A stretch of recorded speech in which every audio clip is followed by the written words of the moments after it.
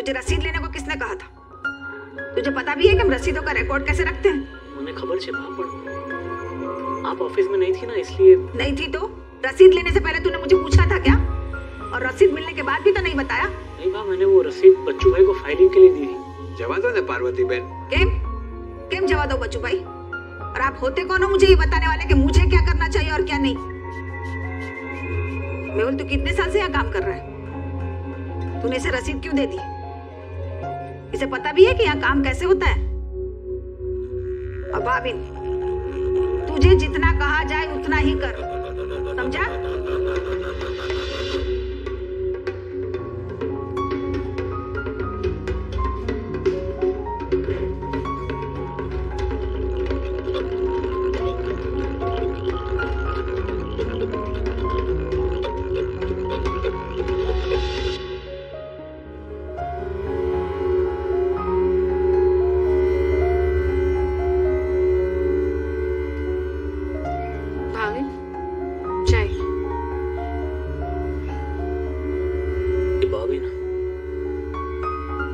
सबके सामने चिल्लाने से पहले एक बार भी सोचती नहीं है कि मुझे कैसा लगेगा।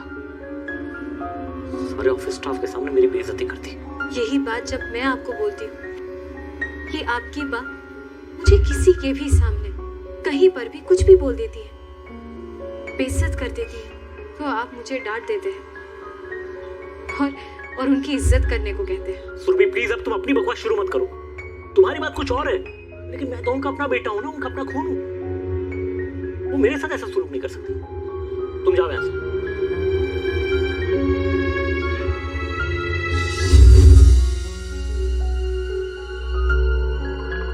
भाविन, किसी को भी बेइज्जत होना अच्छा नहीं लगता, पर ये बात तब समझ में आती है जब वो खुद पे बीतती है। सुरभि प्लीज, अब तुम ताने मारना बंद करो। मैं ताने नहीं मार रही हूँ, पर ये सच्चाई है कि आपकी बा एक बहुत ही घमंडी औरत है। उनको किसी की भी इज्जत करना नहीं आता। पर ये बात जब मैं आपके पास लेकर आती हूँ तो आप मुंह फेर लेते हैं। सुरभि, तुम मेरी बीवी हो, इसलिए तुम्हें बा की इज्जत करनी पड़ेगी। हाँ, उनकी रोज की बेइज्जती, उनकी सबके सामने बेमतलब की डांट फटकार, सब कुछ चुपचाप सहती रहो, है ना? तुम जाओ ऐसे।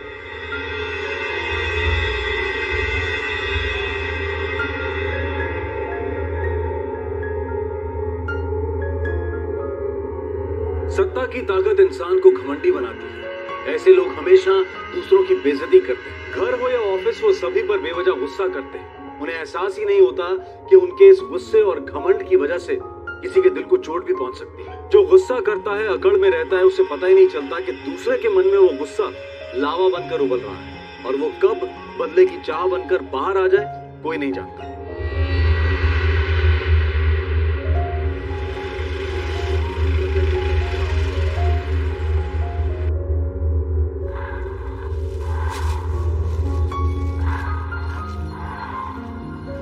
पार्वती बहन, नमो स्टॉक आवे छे।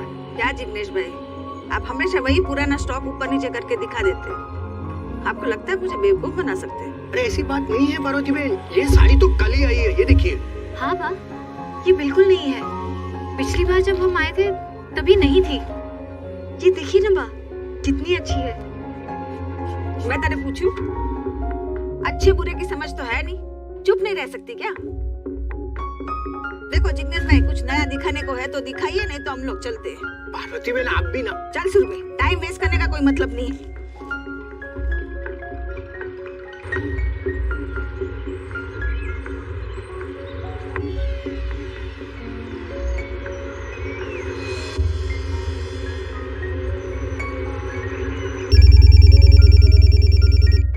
हाँ बोल सुरभि। हेलो भाविन, मैं लक्ष्मी नगर के पास हूँ और मेरे पास घर वापस आने के पैसे भी नहीं हैं।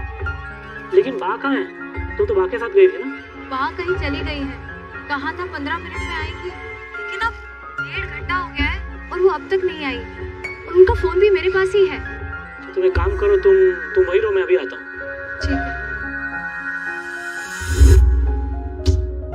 ये बा भी ना,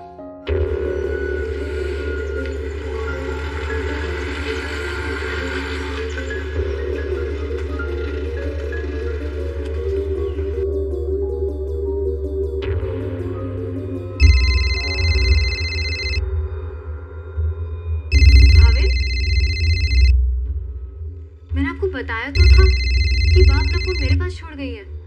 यही है उनका फोन। सुरभि ये क्या हो रहा है, मेरे को समझ में नहीं आ रहा। मैं और बा साड़ी की दुकान पर थे।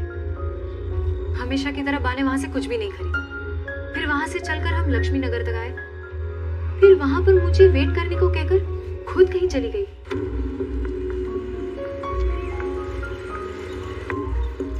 सुरभि, एक काम कर, तू यहीं रुक। मुझे कुछ काम है, मैं 15 मिनट में वापस आती हूँ।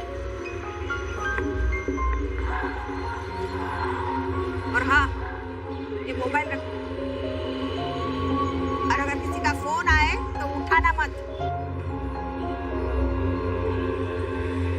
लगभग 4 बजे वो गई और 5:30 बजे तक वेट करने के बाद मैंने आपको फोन किया। बा मोबाइल भी साथ नहीं लेके गई ना, तभी तो उनका फोन मेरे पास है।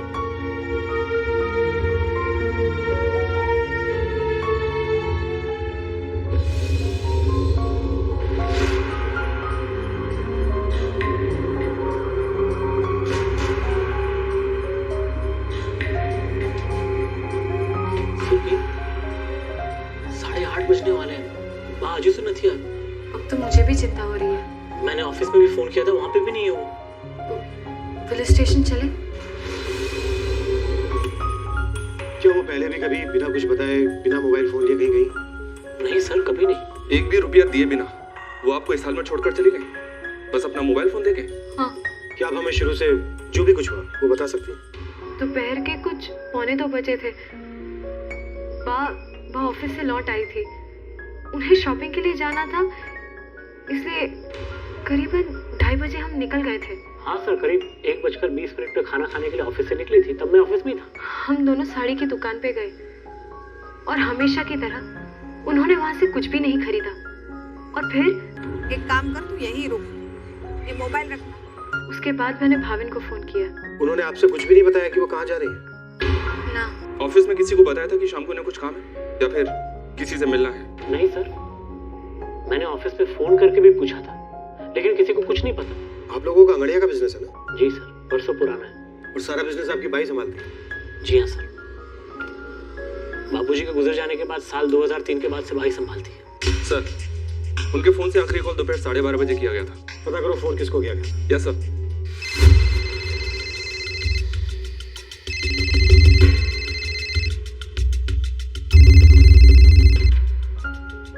हेलो, हाँ, कौन बोल रहे? તમે કોણ? PSI Solanki, city police station. Hardik Sorvariya बोलूं છું। आप पार्वती शेठ को जानते हैं? हाँ हाँ, वो अंगड़िया वाली ना? आज दोपहर 12:30 बजे आपकी उनसे बात हुई थी? हाँ हुई थी, डिलीवरी के लिए फोन किया था।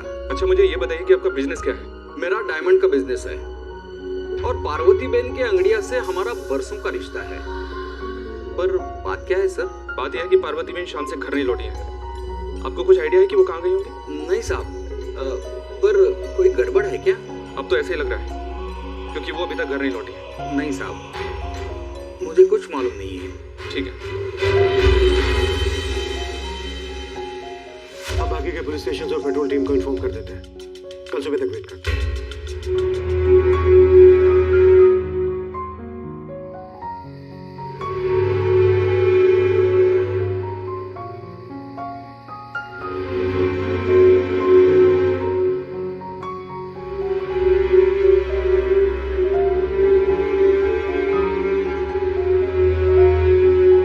बड़े ही अजीब ढंग से पार्वती शेठ गायब हो गई थी। ऐसा लग रहा था कि वो अपनी मर्जी से कहीं गई है, लेकिन अगले दिन तक भी वो वापस नहीं लौटी। क्या सच में जो हुआ था वो कुछ और था, लेकिन नजर नहीं आ रहा था? सर, पार्वती बहन के बेटे का फोन आया था, वो अभी तक घर नहीं लौटी है। अजीब बात है, 58 वर्ष की औरत जो बरसों से अपना कारोबार संभाल रही थी, वो अपना मोबाइल फोन लिए बिना किसी कुछ कहे बिना ऐसी कहीं चली गई। सर, उनका परिवार काफी सालों से अंगड़िया का ही बिजनेस करता है। कहीं उनके बिजनेस से रिलेटेड तो नहीं? कोई गलत डील या फिर ऐसा ही कुछ? नहीं साहब, अगर पार्वती बहन ने ऐसी कोई डील की भी होगी तो हमने खबर न थी। वो कोई ऐसी डील करती भी है तो हम लोग को नहीं बोलती है, वो सब अकेले ही संभालती है। वो कल 1:20 पर ऑफिस से निकली थी। हाँ साहब, खाना खाने के लिए। वो ऐसी भी कोई डील कर सकती है क्या जो रिस्की हो, खतरनाक हो? साचू कहूँ तो पार्वती बहन जो कुछ भी करती है ना, अकेले ही करती है सर। उन्हें किसी पे भरोसा है ही नहीं और इस मामले में वो बहुत सख्त मिजाज की है। वो अपने बेटे तक को कुछ नहीं बताती है, वो किसी और को क्या बताएगी? सर वो जो चाहती है वैसा ही करवाती है। इस मामले में वो बहुत जिद्दी है और वो जो फैसला कर लेती है वो अंतिम फैसला होता है सर। पार्वती शेठ को गायब हुए 18 घंटे से भी ऊपर हो चुके हैं। सर कहीं ऐसा तो नहीं कि दाल में कुछ काला है? हो सकता है कि उन्होंने खुद ही अपने आप को इस तरह से गायब करने का प्लान बनाया हो। सर वो ऑफिस से शॉपिंग के लिए 1:20 पर निकली थी, लेकिन उसके बाद उन्होंने कोई शॉपिंग नहीं की। बस इतना कहकर कि वो 15 मिनट में लौट आएंगी, वो वहां से चली गई और अपना फोन भी साथ लेकर नहीं गई। वो खुद गायब हुई है या किसी ने उन्हें गायब करवाया? कोई दुश्मनी?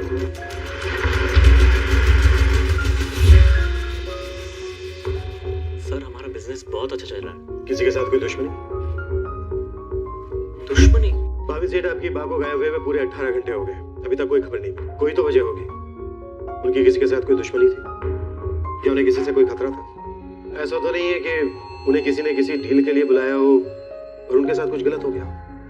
आप कहना क्या चाहते हैं सर? मैं सिर्फ इतना कहना चाहता हूँ कि आपकी माँ अभी तक नहीं लौटी और आपकी पत्नी का कहना है कि वो अपनी मर्जी से कहीं गई। कहीं ऐसा तो नहीं कि किसी ने उन्हें बंदी बना लिया हो? मेरा मतलब उनका अपहरण कर लिया। नहीं सर, मुझे तो ऐसा नहीं लगता। और दुश्मन तो हर धंधे में होते ही हैं सर, खास तौर पे जब आप टॉप के 5 आंगड़े वालों में से हो तो हो सकता है ऐसा कुछ हुआ हो। आपको किसी पर शक है? क्या बात कर रहे हैं इंस्पेक्टर साहब? दुश्मनी, और वो भी पार्वती बहन से? पार्वती शेठ का बहुत बड़ा बिजनेस है। हाँ, और मेरा भी।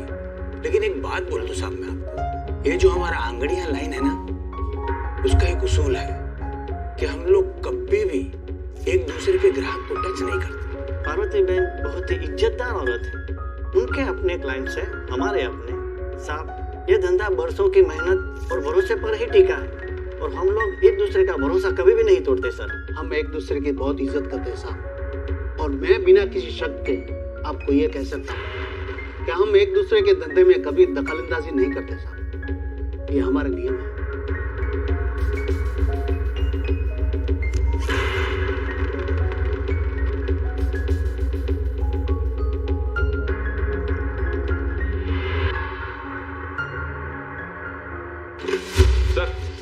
सभी रिकॉर्ड्स को अच्छी तरह से देख लिया है और चेक भी कर लिया है। चेक की कहीं कोई गुंजाइश नहीं, सारे रिकॉर्ड्स प्रॉपर है। फिर और क्या वजह हो सकती है? एक दिन बीत गया है, अभी तक उनकी कोई खबर नहीं। कोई मुर्दा घर, कोई पुलिस स्टेशन, कहीं से कोई खबर नहीं मिली सर। कहीं इनके परिवार का मामला तो नहीं? तो उनका अपना ही? साहब मैं उनके घर पे 6 साल से काम कर रही हूँ। पूरे दिन का काम है? नहीं साहब, छुट्टा काम है। अच्छा ये बताओ कि पार्वती बेन का अपनी बहू से रिश्ता कैसा था? दोनों का जमता नहीं था साहब। अनबन छोटी मोटी थी या बड़ी थी? बा हमेशा सुरभि भाभी को डांटती रहती थी। मेरा मतलब है कि सुरभि भाभी कोई गलती करती थी तब भी उनको डांट पड़ती थी, और वो कोई गलती नहीं करती थी तब भी उनको सुनने को मिलती थी।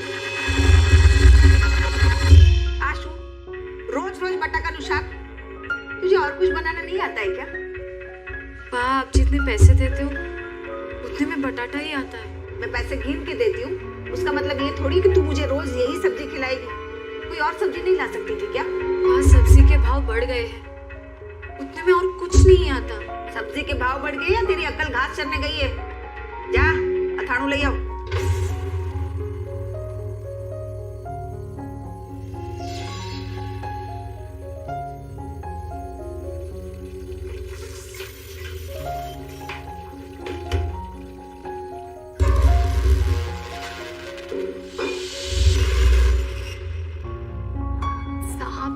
सुरभि भाभी बात से बहुत परेशान थी। उन्हें जब भी वक्त मिलता था वो अपने मायके चली आती थी। सुरभि के माँ बाप यही रहते हैं? हाँ साहब, यही पिपलाड़ में।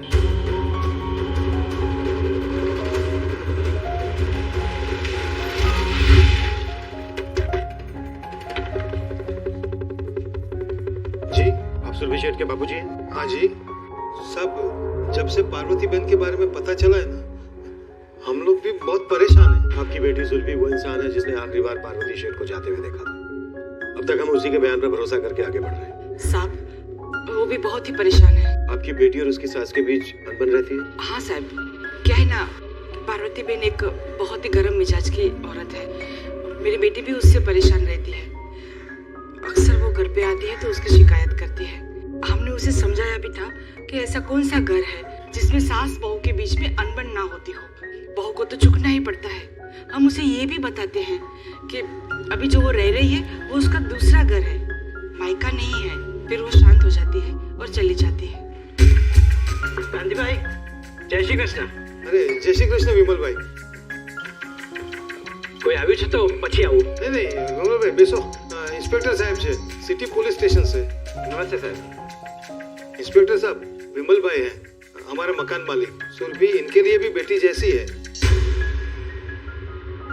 सर, जितना जानते थे उस दिन सब बता तो दिया। एक बात को छोड़कर। कौन सी बात? यही कि भाविन और उसकी माँ के बीच मनमुटाव था। वो कहीं नहीं थी साहब। पार्वती बहन अपने बेटे से बहुत प्यार करती है, लेकिन उनका स्वभाव ही ऐसा है कि हर किसी के साथ सख्ती से पेश आती है। और भाविन को छोटा बच्चा तो है नहीं कि उसे सबके सामने डांट ले। 31 साल का हो चुका है सर, फिर भी पार्वती बहन सबके सामने उसे जो मन में आए बोल देती है। जब 21 साल का था तब उसके पिताजी गुजर गए और उसके बाद पार्वती बहन ने कारोबार अपने हाथ में ले लिया। भाविन को सिर्फ पॉकेट मनी देती थी। भाविन को कुछ भी अपनी मर्जी से करने का कोई मौका ही नहीं दिया। और दूसरी बात यह है सर कि हर बार बेइज्जत होना किसी को भी अच्छा नहीं लगेगा। जाहिर सी बात है कि भाविन इस बात से नाखुश था। पार्वती बहन को गायब हुए पूरे 3 दिन हो गए और अभी तक उनकी कोई खबर नहीं। बेटा और बहू दोनों से उनके रिश्ते काफी कड़वे सर। कहीं उनके गायब होने के पीछे यही वजह तो नहीं है? क्या आप लोगों को ये लगता है कि मेरी सास के गायब होने के पीछे मेरा हाथ है? आपके अपनी सास के साथ संबंध अच्छे नहीं है, ये बात किससे छुपी तो है। बिजनेस और घर दोनों जगह उन्हीं की चलती है। और हाँ, वो जिस तरीके से मेरे साथ बर्ताव करती है मुझे गुस्सा आता है। पर इसका मतलब ये तो नहीं। आप वो आखिरी इंसान है जिसने पार्वती शेठ को गायब होने से पहले देखा था। पर इसमें मेरी क्या गलती? क्यों शॉपिंग के लिए मुझे साथ ले गई? लेकिन अपना मोबाइल फोन पार्वती शेठ आपको देकर क्यों जाएंगे और कहाँ? मुझे कैसे पता होगा सर? वो अक्सर मुझे शॉपिंग पे लेके जाती है और फिर खरीदती कुछ नहीं है। वो क्या करने वाली है, क्या करेंगी, मुझे आज तक समझ में नहीं आया है। और फिर मुझे कैसे पता होगा कि वो मोबाइल फोन मुझे क्यों देके गए या फिर कहाँ गई? मेरे पास तो घर वापस जाने तक के पैसे नहीं थे। क्या आपके पति भाभी ने सबके पीछे? ये कैसी बात कर रहे हैं आप सर? फायदा तो उन्हीं का है, सारा बिजनेस, सारी प्रॉपर्टी, सब कुछ उन्हीं का हो जाए। अपनी माँ के होते हुए वो पाई पाई के लिए मोहताज है। अगर पार्वती शेठ नहीं रहे उनकी जिंदगी चैन से गुजरेगी। ये बिजनेस हो, घर हो या बाकी की प्रॉपर्टी, ये सब कुछ मुझे ही मिलने वाला है, क्योंकि मैं उनका इकलौता बेटा हूँ, उनका वारिस हूँ। आप लोग मुझ पे कैसे शक कर सकते हैं? पार्वती शेठ एक कड़क स्वभाव की औरत है। आपको उनको एक एक पाई का हिसाब देना पड़ता है। 31 साल के हो गए हैं, फिर भी अपनी मर्जी से एक भी रुपया खर्च नहीं कर सकते। इस बात को लेकर आपको अंदर ही अंदर गुस्सा तो आता हो। तो इसका मतलब मैं अपनी माँ को गायब कर दूंगा? यही तो हम पूछ रहे हैं कि आपने गायब किया उन्हें। कैसी बातें कर रहे हैं आप? आपका दिमाग ठिकाने पे तो है? वो मेरी माँ है। एक ऐसी बात जो आपको आपके सिरे से जीने नहीं देती, जिस तरह की जिंदगी आप जीना चाहते हैं। फिर भी सर वो मेरी माँ है। हाँ, थोड़ी सख्त जरूर है, लेकिन मैं तो उनको बचपन से ऐसे देखता आ रहा हूँ। देखिए, आप लोग मेरी माँ को ढूंढ नहीं पा रहे, इसलिए तरह तरह की कहानियां बना रहे हैं। कहानी कौन बना रहा है ये तो हमें पता नहीं। भाविन शेठ, हम ढूंढ नहीं पा रहे हैं या फिर हमें कोई ढूंढने नहीं दे रहा? अब मुझ पर उंगली उठा रहे हैं, मतलब क्या आपका? आप नहीं तो आपकी पत्नी से। क्या वो है सबके पीछे? क्या? देखो बाप, हमको कम से कम पुलिस को आपकी पत्नी की कहानी पर यकीन नहीं हो रहा है। पार्वती शेठ जाते जाते अपना मोबाइल फोन उसे दे गई, ये बात हमारा मन नहीं मान रहा। सुबह झूठ नहीं बोलेगी। मैं जानता हूँ कि वो बात से थोड़ी बहुत नाराज थी, लेकिन सिर्फ वही क्यों? बा के बर्ताव को कई बार हम भी समझ नहीं पाते थे। फायदा तो उसे भी होने वाला है। पार्वती शेठ के होते हुए वो चैन की जिंदगी नहीं जी सकती, और वैसे भी उन दोनों में कभी पहले पटी नहीं है। सर, सास और बहू के बीच किस घर में झगड़े नहीं होते? इसमें कौन सी नई बात है? इनका रिश्ता ही कुछ ऐसा है। हर सुपारी लेने वाले, हर हिस्ट्री शीटर पर नजर रखी, पर पार्वती बहन की सुपारी किसी ने नहीं दी साहब। कोई बाहर वाला हो सकता है? लगता तो नहीं है साहब। भाविन और सुरभि के फोन रिकॉर्ड से भी कुछ भी हासिल नहीं हुआ सर। उनके गायब होने से पहले की अब बात के कॉल्स में शक करने वाली कोई बात नजर नहीं आई। आज 5वां दिन है, पार्वती शेठ की अब तक कोई खबर नहीं मिली। तो ऐसे कैसे गायब हो सकती है? सर ऐसा हो सकता है कि वो खुद ही कहीं चली गई। किसी बात का उनको डर हो, कोई ऐसी बात जिसे सिर्फ वो जानती हो, कोई ऐसी बात जिसे वो सबसे छुपा रही है, या फिर ऐसे निकल पड़ी हो। सर उनके बारे में अभी तक जितना भी सुना है उससे तो ऐसे ही लगता है कि पार्वती बहन ऐसा कुछ कर सकते हैं। सर ऐसे केस में कोई ना कोई सुराग सामने आ ही जाता है। और कुछ नहीं तो कहीं ना कहीं से बॉडी मिल जाती है, पर यहाँ तो अभी तक कुछ हाथ नहीं लगा। पार्वती शेठ के अचानक गायब हो जाने के बारे में पुलिस को अब तक कोई सुराग नहीं मिला था। अब तो ऐसा लगने लगा था कि वो अपनी मर्जी से ही कहीं चली गई, और फिर एक हफ्ते के बाद उनके बारे में खबर नहीं।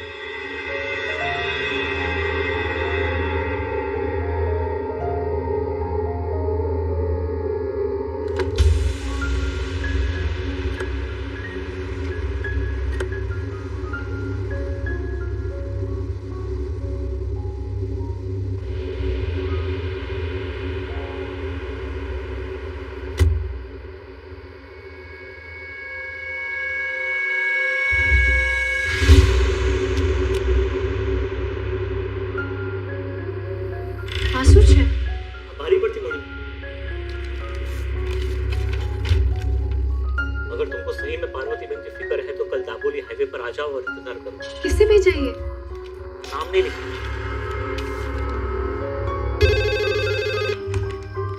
City police station. पार्वती बहन को ढूंढना आसान नहीं है। Hello hello.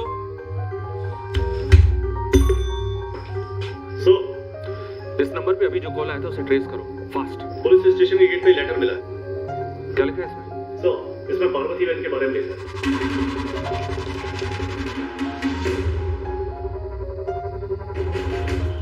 Bhavin, Bhavin police को खबर करते हैं। अकेले नहीं जा सकते। क्या पता अगर किसी ने वहां पर कोई और जाल बिछाया हो?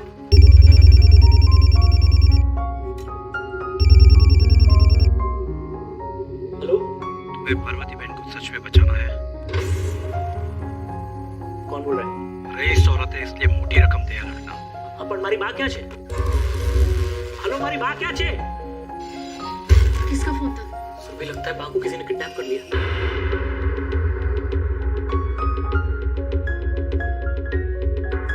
दोनों लेटर से एक ही आदमी ने लिखे हैं। सर यहाँ जो कॉल आया था और भाविन को जो कॉल आया था वो दोनों ही कॉल पीसीओ से आए थे, एक नानपुरा से और एक संग्रामपुरा से। दोनों ही जगह पास पास। पीसीओ वालों को पता नहीं कि फोन किसने किया था। कॉइन बूथ था, वहाँ कोई बूथ वाला नहीं बैठा। सर अब क्या करेंगे सर? मेरी बात मुसीबत में होगी। कल हम दाबोली जाएंगे। आखिर पता तो चले कि किडनैप करने वाला चाहता क्या है।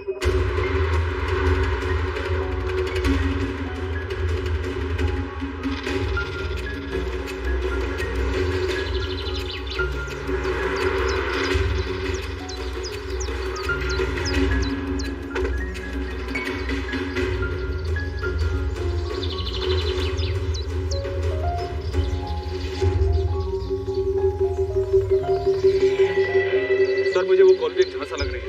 लेकिन ये खेल कौन खेल रहा है और क्यों?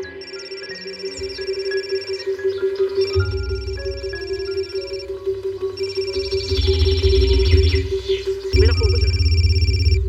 Hello hello. पहुंच गया था बोली। अब गांव में जाओ, वहां नाले के पास एक बोरी मिलेगी, उसे देख लो। हेलो क्या बोला उसने? उसने कहा कि ये कोई आदमी था? हाँ। क्या कहा उसने?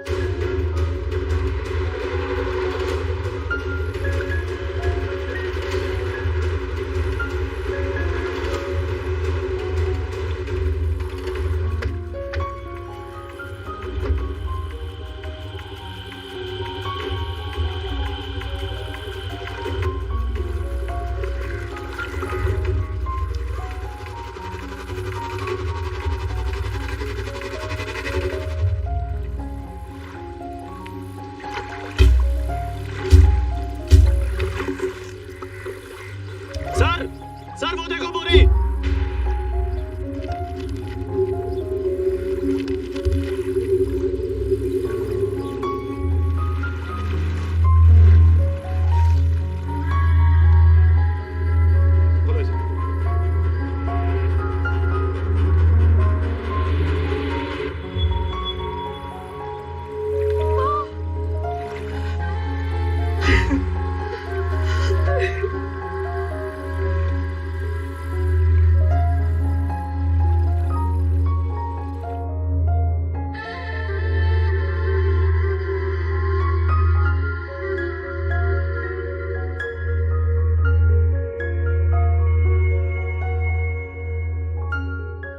बॉडी पूरी तरह से सड़ चुकी है।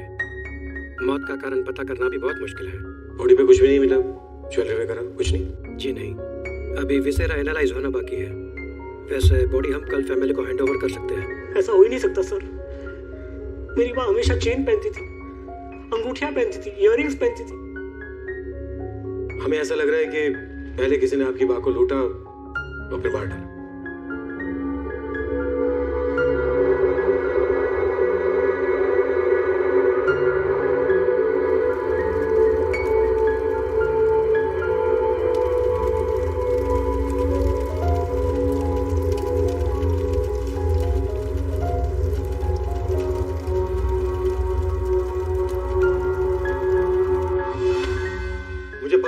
कोई आपसी बात है?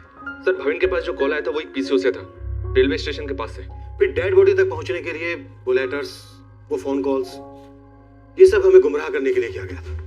ये किसी की बहुत सोची समझी जाए। अजीब है सर कि पहले भाविन को रैंसम के लिए कॉल आया था। अगर एक किडनैपिंग करना ही प्लान था तो कोई हफ्ते भर तक चुप क्यों बैठेगा? हफ्ते भर बाद ही क्यों फिरौती की रकम मांगे? नहीं जिग्नेश, ये कोई किडनैपिंग का केस नहीं, बल्कि उनका मकसद ही पार्वती शेठ को मार डालना। तो फिर ये कौन कर सकता है सर? भाविन और सुरभि के खिलाफ तो हमारे पास एक भी सबूत नहीं है। नारायण नारायण हरि हरि, नारायण हरि हरि, श्रीमन नारायण नारायण हरि हरि, श्रीमन नारायण नारायण हरि हरि। हमारे पास उनके खिलाफ कोई सबूत नहीं है, पर पार्वती शेठ के मरने का सीधा सीधा फायदा उन दोनों को होने वाला था। सुरभि को उसकी सास से छुटकारा मिल जाता और जीने की आजादी भी, और भाविन को अपनी स्ट्रिक्ट मां से हमेशा के लिए छुटकारा मिल जाता और उसकी सारी प्रॉपर्टी और बिजनेस दोनों उसके हाथ में है। पर सर हमारे पास कोई सॉलिड सबूत नहीं है। ऐसा लग रहा था कि केस अब कभी सुलझ ही नहीं पाएगा। पुलिस हर तरह से इस केस के छोटे से छोटे सुराग को हासिल करने में लगी हुई थी, जिससे कि इस जुर्म का कोई सबूत हाथ लग जाए, लेकिन अब तक कुछ हाथ नहीं आया। ये खून बहुत ही सफाई से किया गया लग रहा था, पर 4 महीने के बाद इस केस के आगे बढ़ने के कुछ आसार नजर आए, जिससे कि इस जुर्म के मुजरिमों का शायद पता चल सकता था। हमने हर पहलू से इन्वेस्टिगेशन की है, फिर भी एक भी सबूत नहीं मिला है। सिर्फ 2 लोग हैं जिन पर शक किया जा सकता है, एक पार्वती शेठ का बेटा भाविन शेठ, दूसरा उनकी बहू सुरभि। हमें पूरा यकीन है कि इन दोनों में से कोई एक या फिर दोनों इसमें शामिल है, इसलिए हमें इन दोनों के नार्को टेस्ट की इजाजत चाहिए।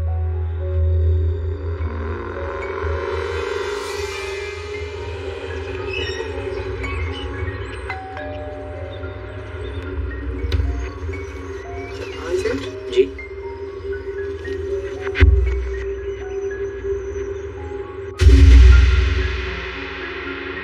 क्या?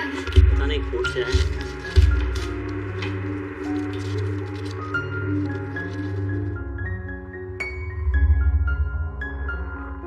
क्या लिखा है इसमें? सुरभि, कोर्ट ने पुलिस को हम दोनों की नार्को टेस्ट करने की इजाजत दी है। तारीख भी लिखी है 23 दिसंबर। पर इस टेस्ट में होता क्या है? उन्हें हम दोनों पे शक है सुरभि, सिर्फ हम दोनों। हाँ, पर ये नार्को टेस्ट होता क्या है? सुरभि, इस टेस्ट द्वारा अगर कोई भी झूठ बोल रहा है ना तो पकड़ा जाए। पर हम झूठ नहीं बोल रहे हैं। लेकिन ये उन्हें विश्वास नहीं आता ना।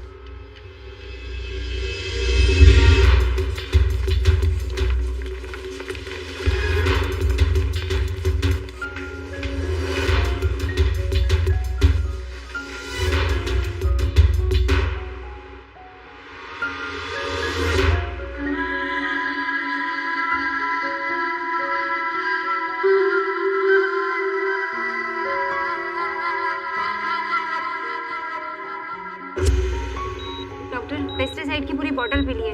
Nurse, quick, connect the tube.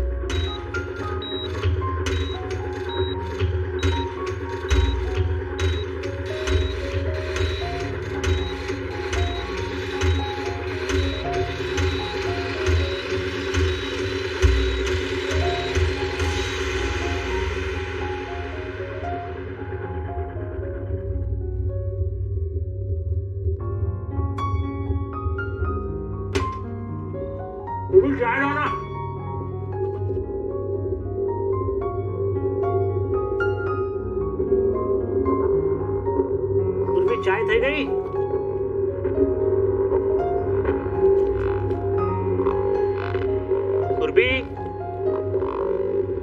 गई के सुरभि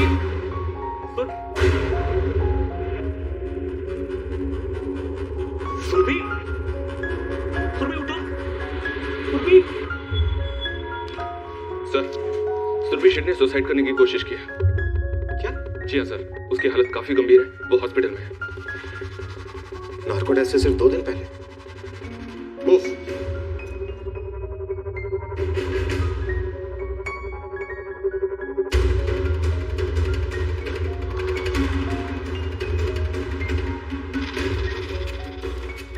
क्या हुआ? सर पेस्टिसाइड की पूरी बोतल पी ली। कब उसने आपसे कुछ कहा था? क्या बात हुई थी?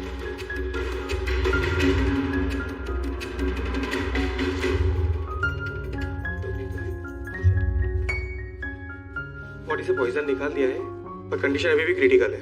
वो अपना स्टेटमेंट दे सकती है? अगले 48 घंटे बीतने के पहले कुछ नहीं कहा जा सकता, तब तक हमें वेट करना ही होगा।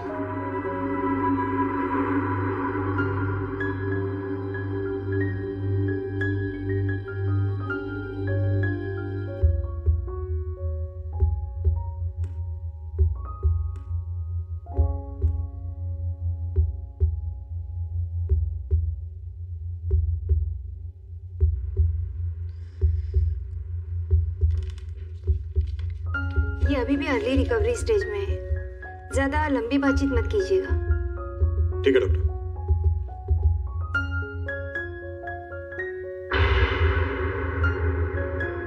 सुरभि शेठ, आपने सुसाइड करने की कोशिश की, ये पुलिस केस है, हमें आपका स्टेटमेंट चाहिए। हम बेकसूर हैं, फिर भी आप लोग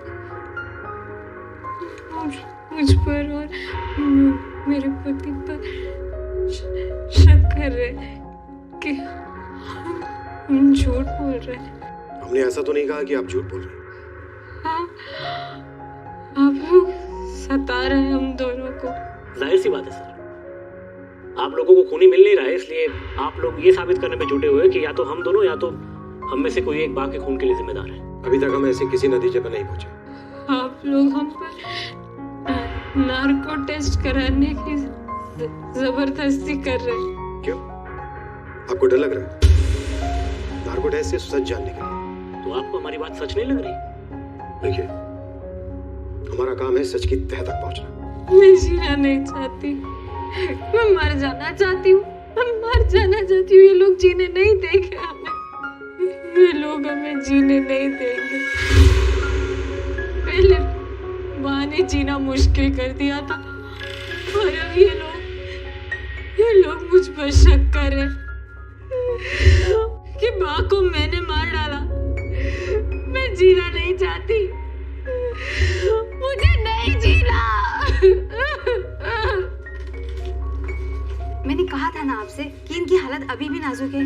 please leave.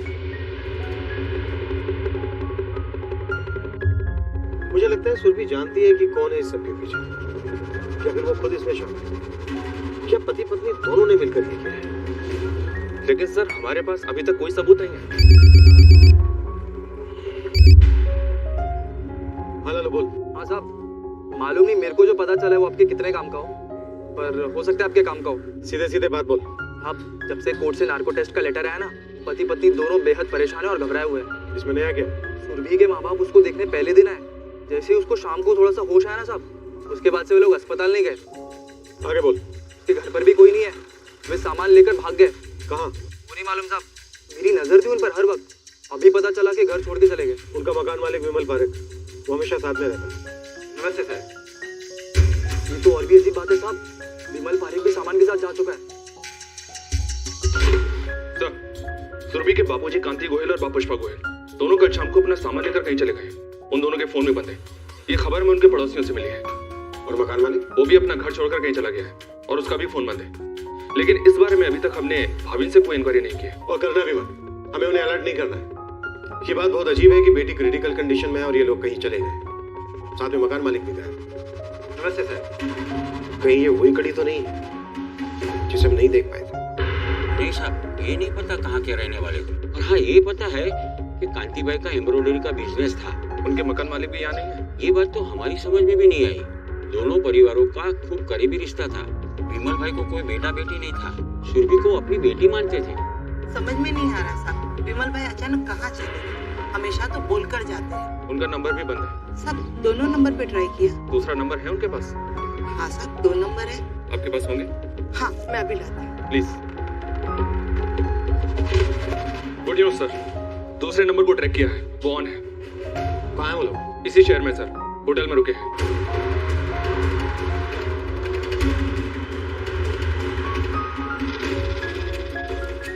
Sir room number 405, कल रात से यहाँ रुके हैं। Thank you.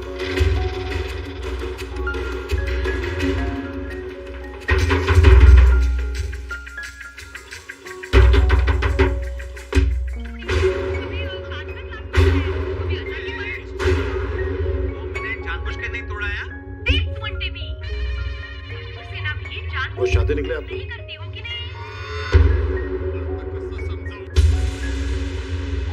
हम कहीं भाग नहीं रहे थे, किराए पर नया मकान तलाश रहे थे। सुरभि के इलाज के लिए पैसा बचाना था, और इस काम में आपकी मदद करने आपके मकान मालिक विमल पारेख अपना घर छोड़कर आ गए किराए के मकान में रहने के लिए। साहब मैं तो इनकी सिर्फ मदद कर रहा था। सुरभि मेरी बेटी जैसी ही है। चलिए आपकी कहानी तो हो गई। पुष्पा भाई, आपको कुछ कहना है?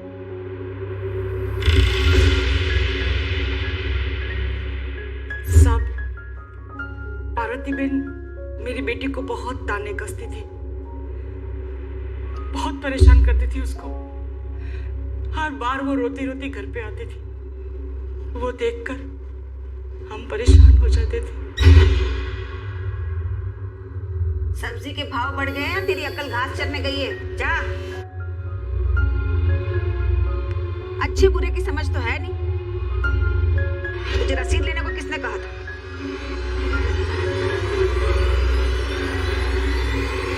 हमने सोचा अच्छा परिवार है, रईस लोग हैं, वहां शादी करेंगे तो बेटी ससुराल में सुखी रहेगी।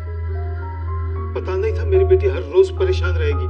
साहब पार्वती बहन के पास क्या कमी थी, फिर भी अपने बहू और बेटे को तंग करने में न जाने उन्हें क्या खुशी मिलती थी। मतलब आपको सब पता था कि पार्वती शेठ कहीं गायब नहीं हुई, बल्कि उनका खून हुआ है। वो कह रही थी कि कल दोपहर शॉपिंग पे जाना है। कहाँ? उन्हें साड़ी खरीदनी है, क्योंकि वो खरीदेंगी नहीं। मेरे पास एक साड़ी है, उन्हें पसंद आएगी। मैंने अपने हाथों से बनाई है, बहुत महंगी है। कौन सी दुकान पे जाएगी वो?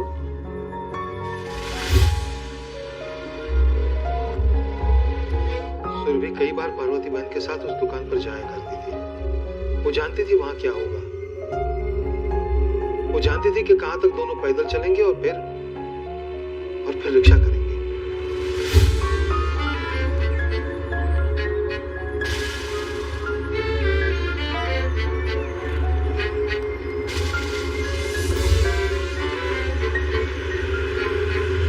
सुरभि, पार्वती बहन, जय श्री कृष्ण। पार्वती बहन, श्री कृष्ण बाबूजी। केम छो? जा, कहाँ से आ रहे हैं आप? साड़ी खरीदने गई थी, पर एक भी साड़ी पसंद नहीं है। शो संजोग है, मेरे पास भी 4-6 साड़ियाँ हैं, बहुत बढ़िया डिजाइन है। बहुत दिनों बाद मेरे जूने सेट के लिए मैंने खुद ने एम्ब्रॉयडरी की है। आपको पसंद आएगी, घर चल करके देख लो एक बार, पसंद आए तो रख लेना। अभी? अरे पार्वती बहन, यहाँ से घर कितनी दूर है, एक बार देख तो लीजिए। और उसमें से भी 2 साड़ियाँ तो मैंने खास आपके लिए रखी है, हमारी तरफ से भेंट के तौर पर। अच्छा चलो देख लो। आराम से। बापूजी, आप बा को लेके घर जाइए। पीछे की सीट पर 3 लोग आराम से नहीं बैठ पाएंगे, मैं चल के आ जाऊंगी। सुरभि तू भी आ जा, घर कितनी दूर है यहाँ से? नहीं बा, आप आराम से बैठिए, मैं आ जाऊंगी।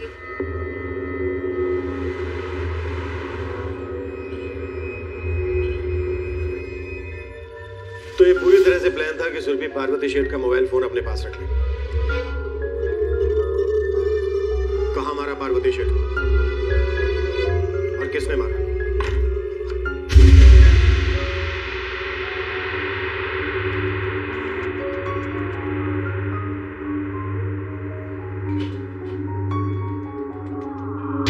पार्वती बहन, आप मेरी बेटी को तंग करना बंद करेंगी या नहीं?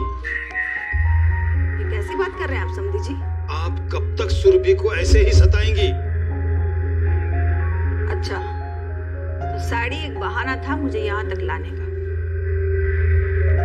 सुन रहे तुम्हारे पास है, धन दौलत है, इतना बड़ा कारोबार है, घर है, पर आप है ना, आपका दिमाग खराब है, खराब। सबको परेशान करने में मजा आती है आपको। जबान संभाल के बात करो। औकात सोचे तुम्हारी। एहसान मानो मेरा कि आपकी बेटी को अपनाया। कमी क्या है? आराम से तो रह रही है। आराम से नहीं रह रही हमारी बेटी पार्वती बहन। आप दिन रात उसे तंग करती रहती हैं। आपको शायद पता नहीं, आपका बेटा भी इन हरकतों से तंग आ चुका है। कहीं पर भी किसी के भी सामने आप उन दोनों की बेइज्जती कर देते हो। और एक नौकरानी के सामने मेरी बेटी की बेइज्जती करने की हिम्मत कैसे हुई तुम्हारी? दिन रात उसको ताने कसते रहती हो। बहुत सुन ली तुम लोगों की बकवास। मैं जा रही हूँ। चाहिए तो अपनी बेटी को भी लाके रखो इसी घर में। देखो, मुझे छूने की गलती मत करना, बहुत महंगा पड़ेगा। तुम्हें पता नहीं है मेरी पहुंच कहाँ तक है। आज के बाद न तुम रहोगी ना तुम्हारी पहुंच। तुम्हारे जाने के बाद सब चैन से जिएंगे। छोड़ो मुझे, अरे छोड़ो, छोड़ो, छोड़ो।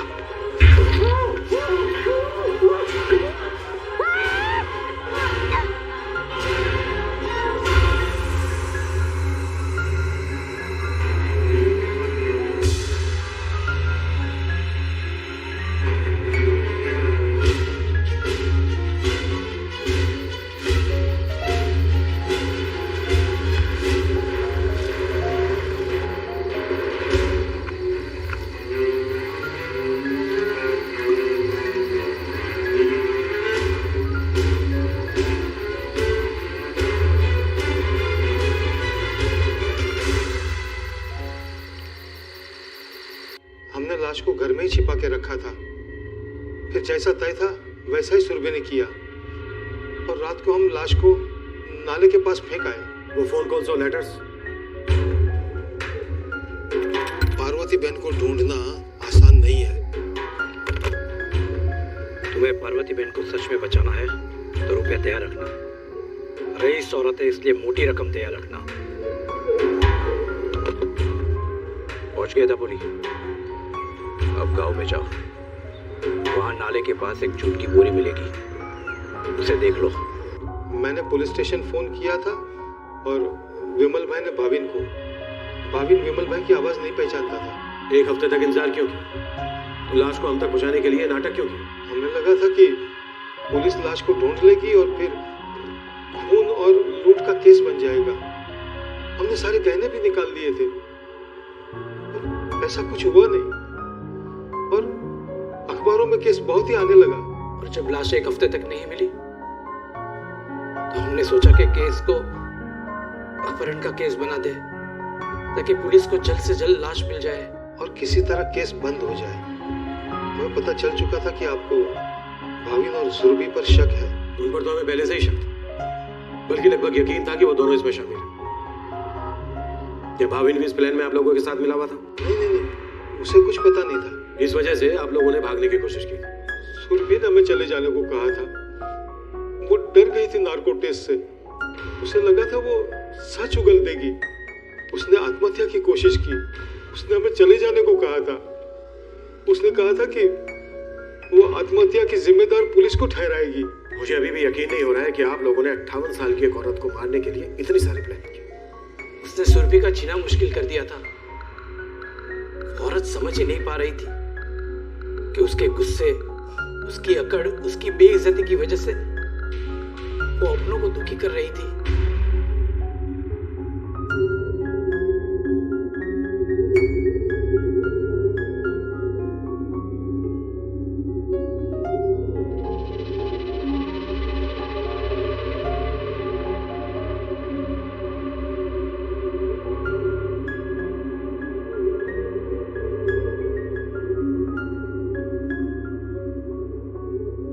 हमें शुरू से पता था तुम जो कहानी सुना रही थी मोबाइल फोन की, 1 भी रुपया पास ना होने की, वो सब झूठ है।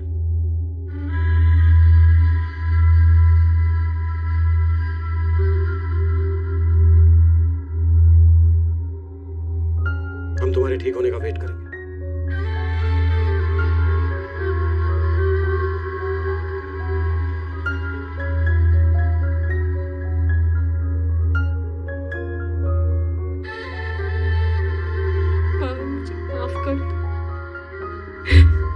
मुझे माफ कर दो।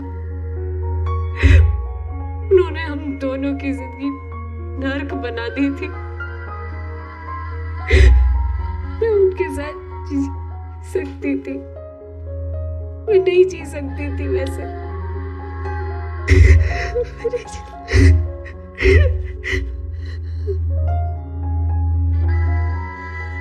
सुरभि, वो बात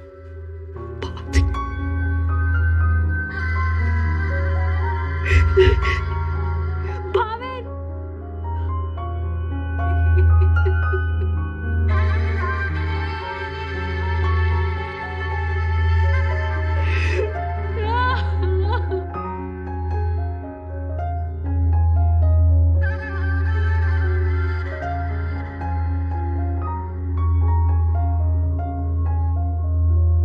पार्वती शेठ के सभी गहने पुलिस ने सुरभि के माता पिता के घर से बरामद कर लिए। सुरभि के पिता कांति गोहिल, मां पुष्पा गोहिल और पिता समान विमल पारिक, इन तीनों को न्यायिक हिरासत में ले लिया गया है। सुरभि अभी हॉस्पिटल में है जहां उसका इलाज चल रहा है, लेकिन डिस्चार्ज होते ही उसे भी गिरफ्तार कर लिया जाएगा। सुरभि शेठ, कांति गोहिल, पुष्पा गोहिल और विमल पारिक, इन चारों को आईपीसी की धारा 302 खून के लिए और 120 भी आपराधिक षड्यंत्र करने के लिए लगाई गई है। और इसके अलावा धारा 365 के तहत गलत उद्देश्य से किसी व्यक्ति का अपहरण करने और बंदी बनाने के लिए भी उन्हें दोषी ठहराया गया है। भावेन अभी सदमे में है। हालांकि वो अब भी सुरभि के इलाज का खर्चा उठा रहा है, लेकिन अब वो उससे वहां मिलने नहीं जाता है। गुस्सा, अहंकार, सत्ता की ताकत और घर में और ऑफिस में अपने से छोटे लोगों का दमन करना, इसके नतीजे क्या होंगे बहुत बार लोग ये समझ नहीं पाते। जो बार बार दबाए जाते हैं उनके अंदर एक रिश्ता घाव होता है, एक दर्द होता है, और फिर पलटकर जवाब देने की इच्छा जागती है, बदला लेने की ख्वाहिश जागती है। और गुस्से में वो ये समझ नहीं पाता है कि किसी की जान लेना एक बहुत बड़ा अपराध है।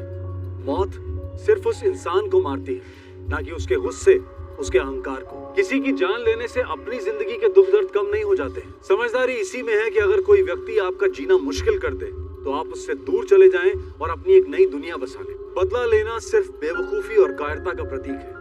आपसे फिर मुलाकात होगी क्राइम पेट्रोल दस्तक में एक और नए केस के साथ। तब तक अपना ख्याल रखें, सुरक्षित रहें और याद रखें, प्रतिशोध जुर्म का अंत नहीं बल्कि एक नए जुर्म की शुरुआत है। जय हिंद।